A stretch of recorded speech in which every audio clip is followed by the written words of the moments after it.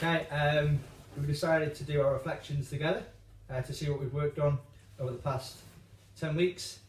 We're just going to have a bit of a chat really to see what each other thinks of all our wikis and presentations. Yeah. I'll start. Basically, I love looking at the PR502 module and doing this wiki part. I've looked at and learned much more than I could imagine creating each wiki entry than I have in other assignments in other areas. I've enjoyed all of my entries. My favourite being the gamification module. I learned a lot from that. Zickerman, he's the main guy that we were looking at on YouTube. He stated that it's beneficial for brain creativity and including games. Well, in the classroom, math games, learning games that are on the Xbox, PlayStation, any kind of format. Is really interesting for me to do it in the classroom, and I'd like to include it in my future teaching if possible. My personal favourite has got to be, I think, loggerheads. So I just loved getting outside, and I could really see the benefits for the kids, especially the kids that might not usually get the opportunity to experience this kind of outdoor learning. So I agree with. I agree with Taylor, 2012, and he believes that all children have a right to experience the unique and special nature of outdoor learning. I could really see the learning benefits of being outside, linking to lots of cross-curricular activities. So that's a personal favourite for me. Personal favourite for me was, like Jack, gamification. I'm a big game nerd. And the reason it appealed to me was because it's something I've grown up with. And again, I studied Gabe Zickerman a lot, and his work was very influential. And he discussed how games help with child development, and he believed the next step in education was gamification. One thing he said about gamification, which I'm not sure about, is the fact that he thinks it's the birth of a new human. I think that's a bit too far in talking about gamification. He describes how more children are getting ADHD and are socially better through machines than face to face. I'm not sure what to make of that either at the moment. I still like talking to people face to face, and this attention deficit disorder, if it's being caused by technology, maybe technology is not everything we thought it was. Do you not get that though from teamwork online or anything like that? Well, yeah, you can get it on teamwork online, but again, it's not a face-to-face interaction, is it? It's easy to talk to a headset. Rather than someone's face. Yeah. Of course. I'd say another one of the areas I was really interested in was the work of Sir Ken Robinson. And before the wikis, I'd only ever heard about his work, never really listened to him. But now I'm really enticed into literally every sentence he says. I wanted to listen to more and more. And the more I did listen to him, and especially the Cool's Killing Creativity talk, really did open my eyes to the schooling system. He argues that cutting the creative subjects will kill creativity. In a sense, I do agree with him, and it'll be more difficult for the children to get involved or be creative in the academic subjects, so English and maths. As a teacher, you will have to make the lessons creative, but to really foster creativity, you need something that allows them to do that. And in some certain subjects, especially the main subjects and the core subjects in schools, they don't really get that chance, and it usually is seen as boring. So looking into him really did open my mind to what was happening in the schools, and I'll be looking at changing a few things in my teaching, possibly in future practice. One of the things I looked at with creativity with Ken Robinson was it's kind of an existentialist view on things. Every child should get what they need, but looking at it, I feel from my research that it's just not feasible. With the amount of money already getting pumped into the education system, I think if we changed our ways to customise to every single child, there's just not enough teachers out there and there's not enough time. And I think it's something that needs a lot more work on, and needs to be looked at further. Well, I've got here another area that I looked into is personalised learning. And one thing specifically which Dylan Williams said was about tasks that were set in the UK compared to Japan. Whereas in this country it's seen as differentiation and making some tasks different from others, but trying to get to the same goal. Whereas in Japan, they challenge every pupil with one task. So it's thinking creatively and outside the box.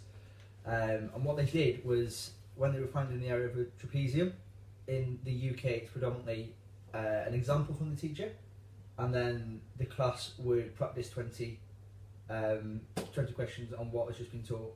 Whereas in Japan, they gave the question and all the kids in the class were coming up with their own ideas.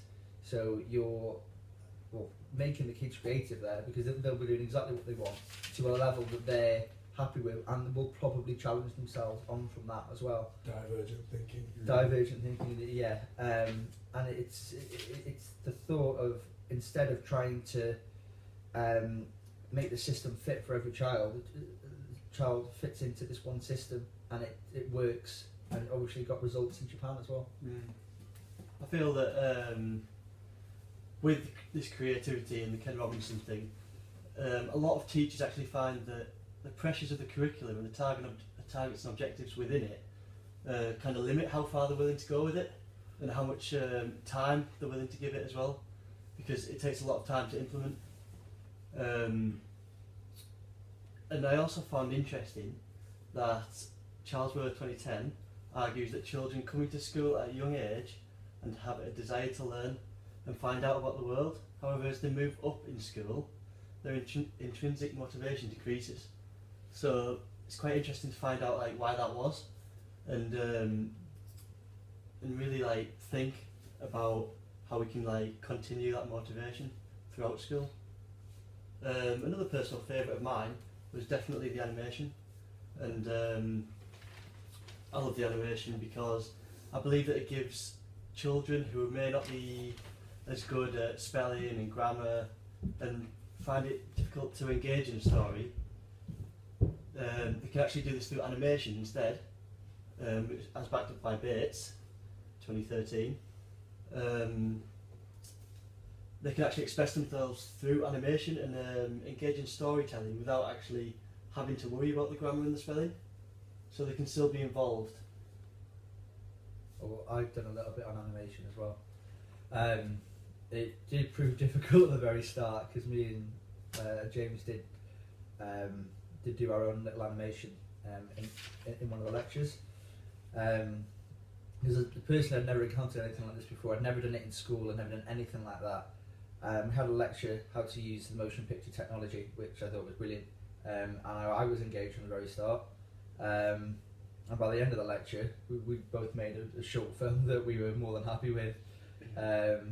And again, I'm going to quote Ken Robinson, but he said, children today living in the most intensely simulated period in the history of the earth. And if they're looking at televisions, Xboxes, a lot of it's cartoon. A lot of it is cartoon. And if they can make their own, they don't necessarily have to just come up with their own story. They can recreate past events to link in with history. They can do geography in different parts of the world. You can do anything with it. So it's not necessarily just animation and that's it. You can work with other areas in the curriculum as well. I loved that it was really creative, and for me, I really enjoyed it. And at the end of it, I actually felt really proud, to be honest, about my animation. And so if we can give that to the kids, and help them feel proud and get creative with it, I think it's just be really good in school. No, I agree. I didn't mention animation in my final assessment of the whole thing though, because it wasn't really one of the things that stuck out for me. I mean, the session itself, like you said, was good, but I'm going to move on to something a bit more depressing now about the whole wiki thing. I did teaching philosophies, and the main influence on what we teach at the end of the day is the partying power in our country. And whatever thing we enjoy or think would be good for children is always going to be down to who's running the country and who we vote for. So obviously at the moment we've got the Conservatives. Gove had some perennialist views, which I don't agree with. I put my own views in a newspaper article I made, and it's really unfair because I feel each party has their own rigid agendas and they're not as open to things as we are. I don't know whether you two touched on philosophical methods. If you've got anything to share. I find it very difficult because whoever's in power, usually they would have come from the same kind of schooling system, and they would believe that that would be the correct way to actually teach the children of today. Whereas other countries are looking into completely different methods and they're working better than they are in this country. So unless we get somebody that is just a little bit different into power or into that education post, I don't think see anything different for a few years to come. Yeah, it was Ken Robinson who said we're still in the Enlightenment age of education, and everyone else is in the technology age. So something needs to change. With the philosophies, I don't really believe that there is one philosophy that is best for everyone. I believe that taking little bits from all the different philosophies to make your own philosophy is the best idea, because I found that when I was looking at the philosophies, I believed in different parts, but maybe not other parts of certain philosophies. So yeah, I think bringing them all together is the best way, I think. I've got something to say what you said about first as well, the loggerhead strip. Oh yeah. Again, me and James was together that group. Well, but we found it really engaging because there are many opportunities to do it around England or even Wales. And what I found really interesting is Ofsted are already backing it, because in 2008 they said that the first-hand experience in the outdoors makes subjects more interesting and vivid. I believe that regular trips will become more common. Because a lot of people are thinking the same things. The lecturers that we had were introducing us to new things that you can do in the forest or just outdoors in general. And there's many opportunities for cross-curricular links to make the whole day enjoyable and spend the whole day somewhere rather than just a couple of hours, which I loved. Yeah, because there is a danger that the outdoors is starting to turn into a treat. Yeah. When it should be, part of a child's life. I mean, I remember growing up, and if I wasn't at home or in school, I'd be outside. Yeah. And I feel like they're losing that really.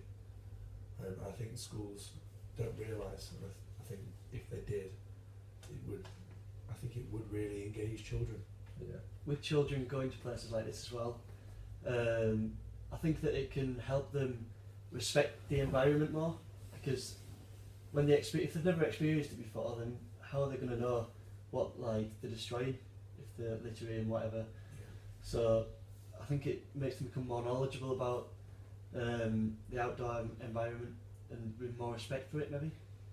Yeah, I agree.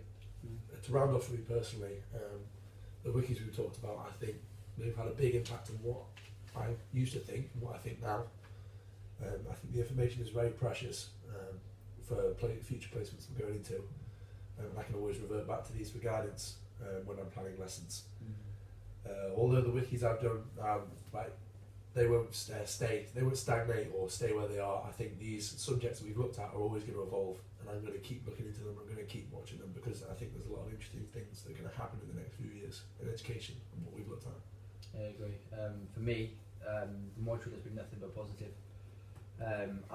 I've been engaged and excited, especially with the gamification, the animation, those kind of modules that really interest me. And my idea of teaching has been changed and broadened at the same time. And in future placements, as James said, I'm going to look. I'll be taking risks, because there's a lot more that I didn't know that happened until I was doing these wikis. There's a lot more that I can teach, different ways of teaching, different learning styles, everything. So it's completely opened my mind to what I can actually do in a classroom that will help and benefit children. And yeah, I'm just thankful I did this little bit of research because, as James said, I'm going to keep looking into it. I definitely agree with that. I've loved doing the research, and especially with the emphasis on creativity. It's something that kids are going to enjoy. So if we keep looking into them, keep trying to put them into our practices, and hopefully we can keep the children motivated and interested throughout school and not just at the beginning. So yeah, I think I'll definitely be looking into them as well. Good. In future, yeah. Cheers, guys. Thanks.